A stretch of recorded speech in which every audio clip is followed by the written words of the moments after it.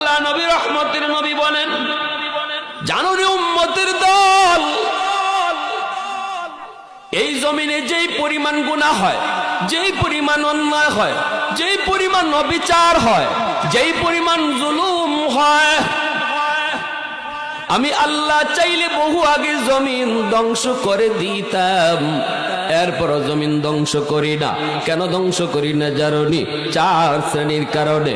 লাউলা মাশাইখু রুক্কা wash শাবাবু খুশা ওয়াল আতফালু রুদ্দা ওয়াল আনআমু রুত্তা লাজালতুস সামাআ হাদিদা ওয়াল আরদা খাফসাফা ওয়াত তুরাবা Ramada ওয়ামা আনজালতু মিনাস সামাই কাতরা ওয়ামা আমবাতু মিনাল আরদি নাবাতা বাল আনজালতু আলাইকুমুল আযাবা সাব্বা। আল্লাহ পাক রব্বুল আলামিন বলেন, এই জমিনের ভিতরে এমন কিছু আমার বান্দা বান্দি আছে, বয়স তার বেশি হয়ে গেছে, চুলদারি তার সাদা হয়ে গেছে, বয়সের ছাপ চেহারায় পড়েছে, বডিতে তার বয়সের ছাপ পড়েছে, কোমর সোজা করতে পারে না, হাঁটু তার সোজা করতে পারে না।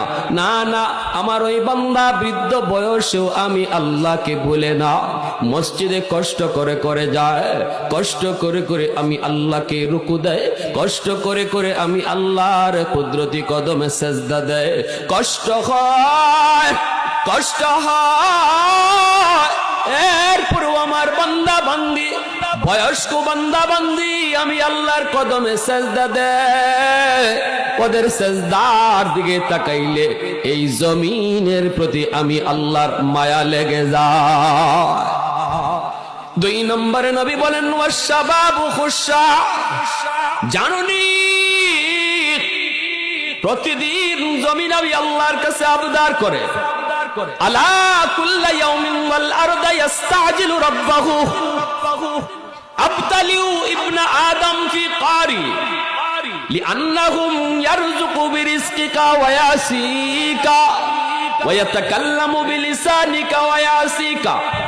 জমিন কয়, মালিক মন চায় তোমার ওই বান্দাগুলিরে, গুনাহগার বান্দাগুলিরে আমি জমিন গিলে ফেলি। আল্লাহ কয়, কেন? কয়, ওরা তোমার দেওয়া রিজিক খায় অথচ তোমার নাফরমানি করে। জমিন কয়, জমিন, আল্লাহু আকবার, জোরে কয়।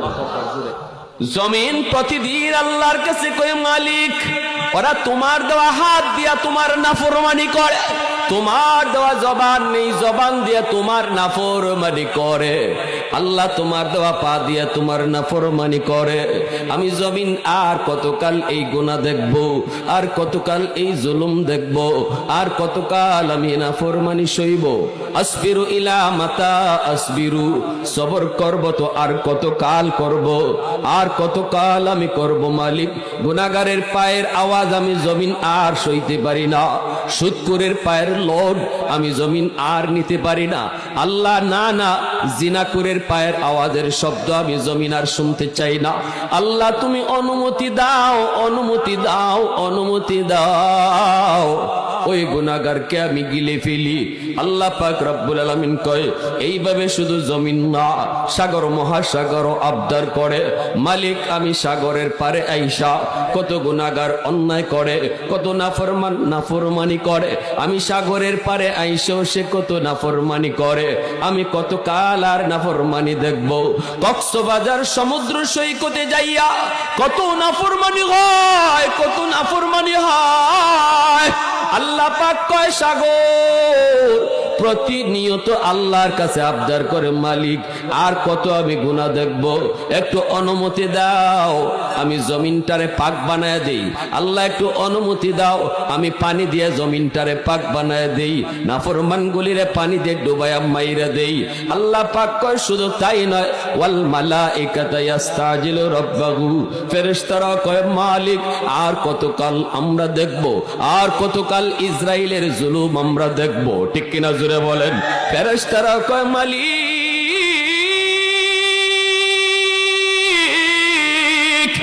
ও ইসরাইলের জালেম নেতানিয়াহুর এই জুলুম আমরা ফেরেশতারা আর কতকাল দেখব? আল্লাহু আকবার, জোরে কর।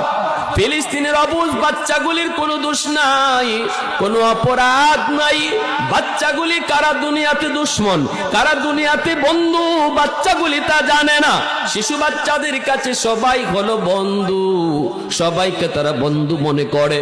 বাচ্চারা কখনো দুশ্মন চিনে না, শুধু বন্ধুকেই চিনে। কিন্তু আজকে ওই জালেম নেতানিয়াহুর হাত মুসলমান শিশু বাচ্চাদের রক্তে লাল হচ্ছে। ফেরাউনের হাত লাল হয়েছিল বাচ্চাদের রক্তে। বর্তমান ফেরাউন হলো ইসরায়েলের প্রধানমন্ত্রী নেতানিয়াহু, তার হাতটাও মুসলমানের রক্তে লাল। ঠিক কিনা জোরে কর। এজন্য বলি যুবক, একটু ভালো করে শুনো। আল্লাহ পাক রব্বুল আলামিন কয় প্রতিনিয়ত ফেরেশতারা কয় মালিক অনুমতি দাও, অনুমতি দাও, জমিনটারে শেষ করে দেই। রব্বুল আলামিন কয় চুপ কর, থাম, আমি আল্লাহ দেখতেছি এই জমিনে কেমন গুনাহ হইতেছে, কেমন অন্যায় হইতেছে, কেমন অপরাধ হইতেছে। আমি আল্লাহ দেখি কি পরিমাণ জুলুম আমার ফিলিস্তিনের বান্দা বান্দির উপরে হইতেছে রে।